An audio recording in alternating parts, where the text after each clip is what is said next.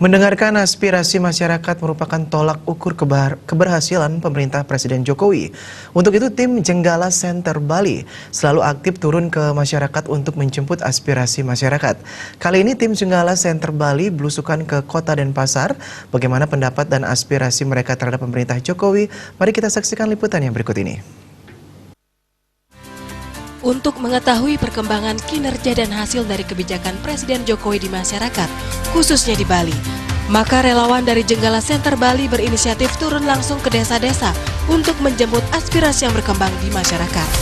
Mendengarkan aspirasi langsung dari masyarakat merupakan tolak ukur kebijakan dan keberhasilan yang dilakukan oleh Presiden Jokowi, sekaligus sebagai masukan agar kehidupan masyarakat semakin sejahtera.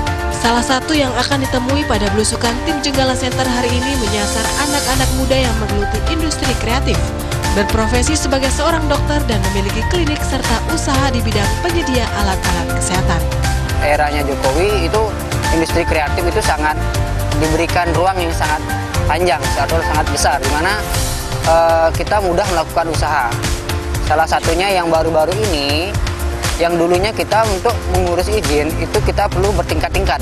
Sekarang semenjak diberlakukan sistem OSS, jadi kita tinggal menyiapkan KTP, NPWP, kemudian email, kita sudah mendapatkan izin dalam waktu 30 menit hanya dari meja.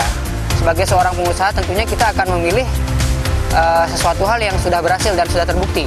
Karena pada saat kita melakukan sebuah usaha, itu harus dikerjakan, bukan hanya dipikirkan. Nah, itulah salah satu alasan kenapa saya akan memilih Jokowi. Kalau harapan saya ke depan itu kita harus memperbaiki dari sisi internalnya. Pada saat ingin menjadi sebuah negara yang maju, tentunya di samping infrastruktur yang bagus, tentunya harus SDM yang bagus. Jadi mungkin lebih fokus ke arah pengembangan manusianya atau orang-orang Indonesianya sendiri seperti itu. Tim Jenggala Center Bali akan terus berusaha mendengarkan dan memperjuangkan aspirasi masyarakat untuk mewujudkan masyarakat Bali yang sejahtera di bawah pemerintahan Presiden Jokowi.